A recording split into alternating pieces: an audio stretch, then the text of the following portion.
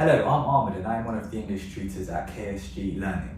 Today we'll be doing a short tutorial on verbal reasoning, and that will be for the 11+ exam. We'll be looking at word combinations in particular. Now, word combinations, I feel, as a topic is one of the more simpler tasks in 11+ verbal reasoning, and it gives you a great opportunity to learn a lot more words. Now, what you'll be doing is you'll be combining one word to another word in order to create a new word. So yeah, it's very beneficial for your vocabulary. Now, a task you might see looks a little bit like this. Now, what you'll be required to do is look at two groups of words. So you can see the first group here says one, or, and birth. So the first group contains 3 words, and the second group is part, let, and bit. It also contains 3 words. Now, what you're required to do in this task is take one word from the first group and combine it to one word from the second group. Now, the word that you create has to begin with the word that you've selected from the first group, okay? So it can't begin with the word that you've selected from the second group, all right? So we'll look at the first task together. The words again that we have as options are one, or, and birth. Now, it's fairly simple. The way to approach this task is fairly simple. I will start off with the word one and simply just connect it to each of the words underneath it in the second group.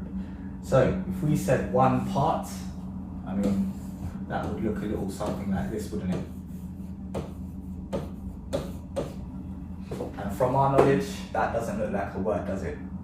So we would know that that is not one of the options. If we selected one and let, one let as a word, that doesn't work either, does it? One bit as a word, no. So neither of those words, the word one does not combine with any of these words to create a new word, so we'd move on. The second option we've got from the first group is or. Now, if we look at or and part and combine that, that's or, parts, will that work? No, I've never heard of a word called all part. So we would move on to the next word, or and let. Or let, how would that look? That would be O-R-L-E-T. Or let? No, unfortunately not. So we move on, or and bit.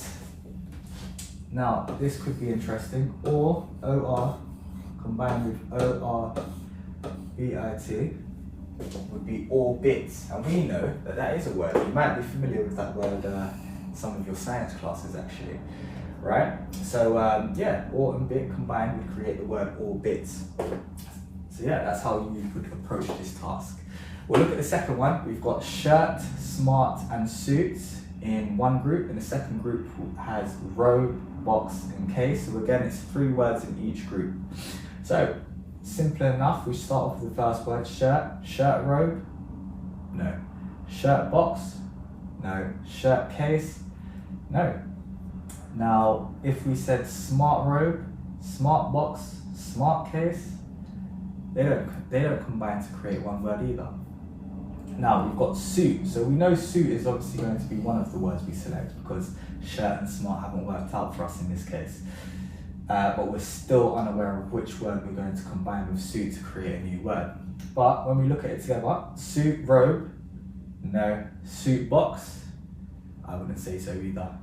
Suitcase. Now let's just have a look at that. Suit combined with case, and yes, to my knowledge that is a word, suitcase. Something you may use if you're going on holiday, I suppose. So that would be how you approach your task. It's fairly simple. It just involves combining words. I hope you enjoyed that short tutorial. Have a lovely day.